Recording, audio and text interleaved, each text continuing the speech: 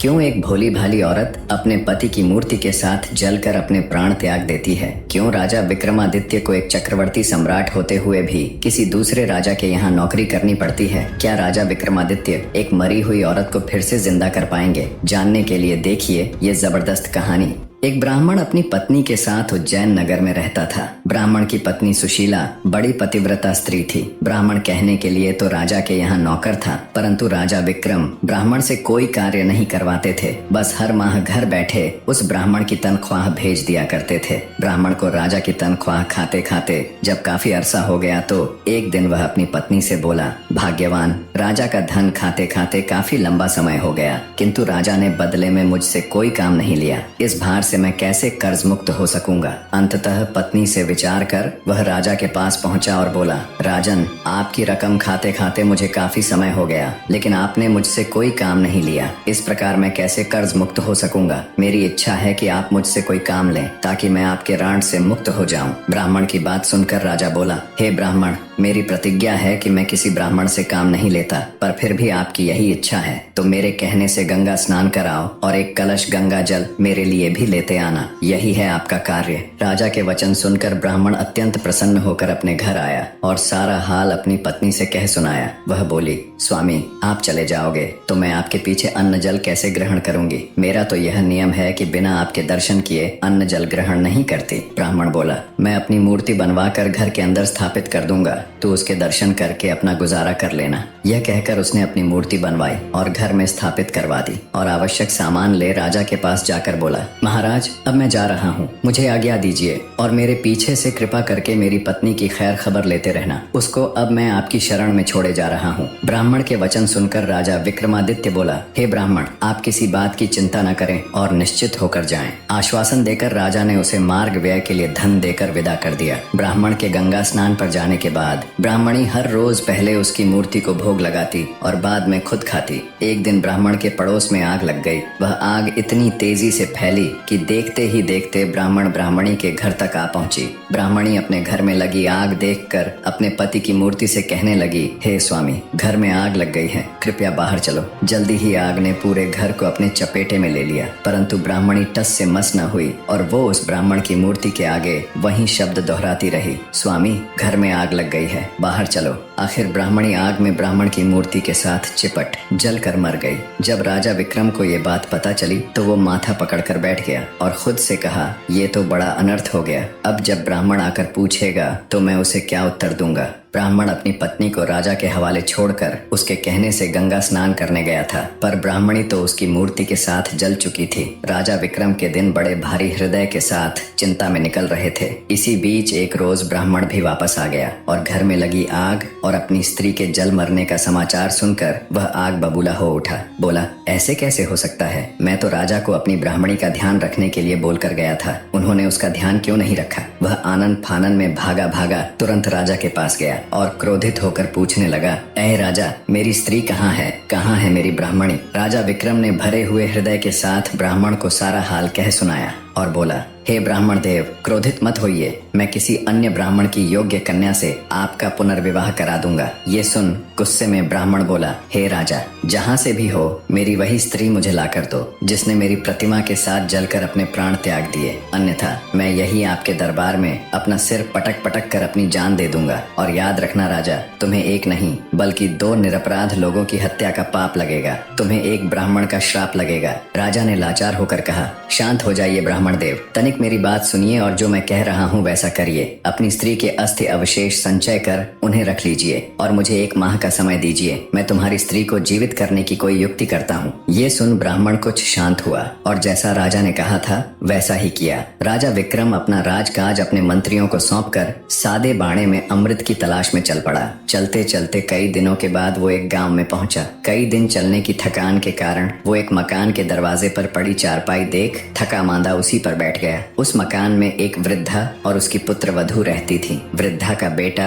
बहुत दिनों से कहीं बाहर गया हुआ था। उसी के संताप में उसकी पुत्र वधू और वो हमेशा दुखी रहती थी। थोड़ी देर बाद जब वृद्धा की पुत्र वधू बाहर आई और उसने राजा को वहाँ बैठा देखा तो मन में सोचने लगी, हो न हो यही मेरा पति है। इसकी सूरत और उम्र दोनों मेरे बहुत दिनों से बाहर गए पति से मेल खाती हैं। यह बात मन में विचार करके वह भीतर गई और अपनी सास से कहने लगी, माँ जी, मुझको ऐसा प्रतीत हो रहा है कि आपका बेटा लौट आया है और बाहर द्वार पर बैठा है। बहू की बात सुनकर बुढ़िया खुश हो दौड़कर दरवाजे पर आई। जब उसने राजा विक्रम को देखा तो उसे भी वो बिल्कुल उसके बेटे की तरह जान पड़ा। वृद्धा बोली, बेटा तू बाहर क्यों बैठा है? चल अंदर चल। कहाँ था तू इतने दिनों से? देख तेरी याद में तड़प तड़प कर मेरी यह दुर्दशा हो गई और तूने एक बार भी मेरी सुध नहीं ली। वृद्धा की बात सुनकर राजा विक्रम हड़बड़ाया और सोचने लगा, हे ईश्वर, ये क्या नई बला मेरे सिर आन पड़ी। वह वृद्धा से बोला, माँ, मैं तेरा बेटा नहीं हूँ, पर तू अपने बेटे का हाल बता। मैं तुझे तेरे पुत्र से मिलाने की कोशिश जरूर करूंगा।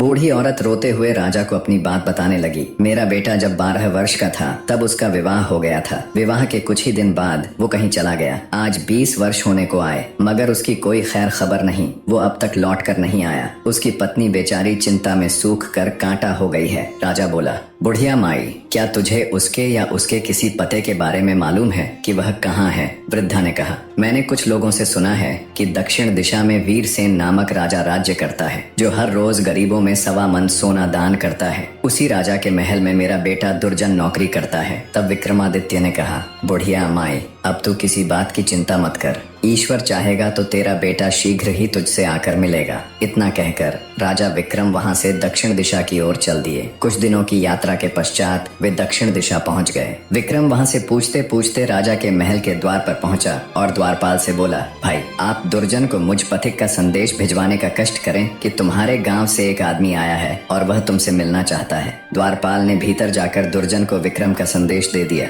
जिसे सुनकर वह द्वार पर आया और विक्रम को अपने गांव का निवासी समझकर उसे अपने डेरे पर ले गया। विक्रमादित्य ने कहा, भाई, तुमको ऐसा नहीं करना चाहिए था। जब से तुम आए हो तब से घर की सूरत तक नहीं देखी। तुम्हारे घर तुम्हारी माता और पत्नी रो रो कर दिन बिताती हैं। तुम्हारे लिए उचित यही है कि जैसे भी बने शीघ्र ही उनकी सुध लो। दुर्जन बोला, भाई, मैं क्या करूं? विवश हूं। न तो महाराज मुझे छुट्टी देते हैं न इस्तीफा लेते हैं। फिर भला मैं किस प्रकार जा सकता हूं? विक्रम बोला, इसकी तुम चिंता न करो, तुम्हारे बदले में मैं नौकरी कर लूंगा। अब दुर्जन ने राजा से कहा, महाराज, मेरा भाई गांव से आया है, वह मेरे बदले आपके यहाँ नौकरी करेगा। आप कृपा कर मुझे कुछ दिनों के लिए छुट्टी दे दें, क्योंकि मेरी माँ व पत्नी मेरे लिए बहुत व्याकुल हैं। राजा वीरसेन बोला, अच्छा, अपने भाई को नौकरी पर छोड़कर तुम 1 महीने के लिए अपने घर हो आओ। यह सुनकर दुर्जन ने विक्रम को नौकरी पर छोड़ा और स्वयं राजा से विदा लेकर अपने घर को चल दिया और विक्रम उसके बदले नौकरी करने लगा। खुद एक राजा होते हुए भी बड़े हृदय वाले राजा विक्रमादित्य दूसरों के दुख दूर करने के लिए राजा वीरसेन के यहाँ नौकरी करने लगे। राजा वीरसेन का नियम था कि हर रोज वो आधी रात को शहर से बाहर एक देवी के मंदिर में जाता। देवी उसे पकड़कर तेल के खौलते कड़ाह में डाल देती। जब राजा उसमें भुन जाता तब वह उसे निकाल कर खा जाती। तत्पश्चात उसकी हड्डियों को इकट्ठा करती, फिर उन पर अमृत छिड़क देती। इस प्रकार राजा पुनः जीवित हो जाता। बाद में देवी अक्षय झांझर हिलाकर 1.25 मन सोना राजा को देती, जिसे लेकर राजा वीरसेन चुपचाप महल लौट आता और प्रातः काल वही सोना ब्राह्मणों को दान कर देता। एक दिन राजा विक्रम ने अपने मन में विचार किया कि राजा के पास इतना सोना कहाँ से आता है और हर रोज आधी रात को वो कहाँ जाता है। इसका भेद अवश्य जानना चाहिए। दूसरे दिन आधी रात के समय जब वीरसेन ने देवी के मंदिर के लिए प्रस्थान किया तो राजा विक्रम भी उसके पीछे पीछे चल पड़ा। मंदिर में एक तरफ छिपकर उसने खोलते तेल के कड़ाह में जब राजा को भूनते देखा तो विक्रमादित्य का हृदय द्रवित हो उठा। सारा हाल देख वो भारी हृदय के साथ अपने स्थान पर वापस आ गया और विचार किया, राजा बड़े कष्ट से सोना लाता है, कैसे भी करके इसका दुख दूर करना चाहिए। राजा विक्रम बाजार गया और हर तरह के मेवे, सुगंधित वस्तुएं और तरह तरह के मसाले ले लिए। जब आधी रात का समय नजदीक आया तो विक्रमादित्य ने अपने शरीर को जगह जगह से चाकू से चीरकर सभी प्रकार के मसाले और मेवे कटे हुए स्थान पर भर लिए। अत्यंत पीड़ा सहन करते हुए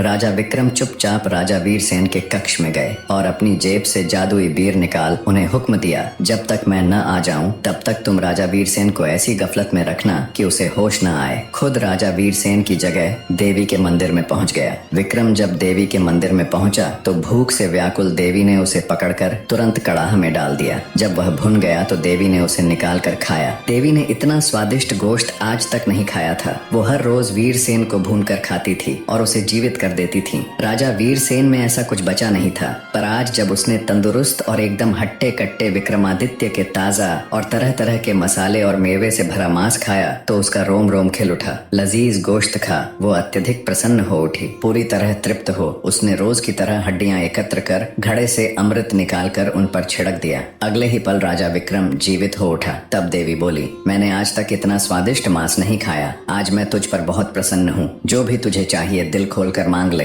विक्रम बोला, हे माँ, मुझे आपसे 3 वर चाहिए। देवी प्रसन्न हो बोली, दिए तुम्हें 3 वचन, मांगो क्या चाहिए। तब विक्रम ने कहा, पहले वचन में मुझको आपका अमृत का पात्र चाहिए, दूसरे वचन में मुझे आपकी अक्षय झांझर भी चाहिए। ये 2 वरदान मांगकर विक्रम ने सोचा कि इसका अमृत यदि मैंने ले लिया और देवी ने राजा को नित्य की भांति भून कर खाया तो फिर उसे जिंदा कैसे करेगी। इसलिए तीसरे वचन में उसने सोचा कि न देवी यहाँ रहेगी न राजा की जान जाने का डर रहेगा। अतः तीसरे वर में उसने देवी का वहाँ से चले जाना मांगा। इस प्रकार तीनों वचन देकर देवी वहाँ से चली गई। राजा विक्रम अमृत कलश और अक्षय झांझर ले वापस आ गया। उसने सोते हुए राजा वीरसेन के पास से अपने जादुई बियर उठा लिए। थोड़ी देर में जब वीरसेन की आंख खुली तो समय देख वह घबराकर मंदिर की ओर दौड़ा। वहां जाकर उसने देखा तो कोई नहीं था। कड़ाहा भी आधा पड़ा था। यह देखकर वह बहुत घबराया और मन में सोचने लगा, सुबह सोना कहां से दान करूंगा। लोग कहेंगे कि राजा दिवालिया हो गया, खजाने में धन नहीं रहा। ये सोचते सोचते वो घर आकर पलंग पर पड़ गया। चिंता में उसे रात भर नींद नहीं आई। करवटें बदलते बदलते ही सवेरा हो गया। भिक्षुक पुकारने लगे, महाराज प्रातः काल हो गया, दान करने के लिए सिंहासन पर विराजिए। भिक्षुकों की पुकार सुनकर राजा अत्यंत दुखी हो रहा था। महल के बाहर भिक्षुक चिल्ला रहे थे। राजा शर्म और शोक में डूबा भिक्षुओं की आवाज सुन रहा था। राजा को शोक के समुद्र में डूबा देखकर विक्रम ने कहा, हे महाराज, सुस्त क्यों हैं? सोना दान क्यों नहीं कर रहे? वीरसेन ने आदि से अंत तक सारा हाल विक्रम को कह सुनाया और बोला, आज यह ब्राह्मण वर्ग विमुख हो जाएगा तो बड़ा अन्याय होगा। तब विक्रमादित्य ने राजा वीरसेन को अक्षय झांझर दी और कहा, लो निकाल लो इसमें से और बांट दो। इसके लिए अब तुम्हें कहीं जाने की जरूरत नहीं है, इसे अपने पास रखो। अक्षय झांझर देख राजा वीरसेन ने हैरान होते हुए पूछा, यह झांझर तुम्हारे पास कैसे आई? विक्रमादित्य ने राजा को सारा हाल कह सुनाया। सब सुनकर राजा वीरसेन विक्रमादित्य के पैरों में गिर पड़ा और बोला, आप धन्य हैं बंधु, आप कौन हैं? तब राजा विक्रम ने बताया, मैं उज्जैन नगर का राजा विक्रमादित्य हूँ। अमृत की तलाश में था कि मार्ग में मुझे दुर्जन की माता मिली। पुत्र की जुदाई में उसका बुरा हाल था। मैं उससे मिलकर यहाँ दुर्जन को उसकी माता की दुर्दशा से अवगत कराने चला आया। तब वीरसेन बोला, आप धन्य हैं राजन, जैसा आपके बारे में मैंने सुना था वैसा ही आपको पाया। वो झांझर वीरसेन को दे उनसे विदाई ले राजा विक्रम अपने राज्य की तरफ चल पड़ा। महीना पूरा होने को आया था। वायदे के मुताबिक तय समय में राजा विक्रमादित्य उज्जैन नगरी में पहुंच गए। उन्होंने ब्राह्मण को बुलाकर उसकी पत्नी की अस्थियां मंगवा ली। राजा ने ज्यों ही उनके ऊपर अमृत छिड़का त्यों ही ब्राह्मणी उठ खड़ी हुई। ब्राह्मण ने खुशी से छलकते आंसुओं के साथ राजा विक्रमादित्य के पैरों में गिरकर उनका धन्यवाद किया और अपने बुरे व्यवहार के लिए उनसे क्षमा मांगी।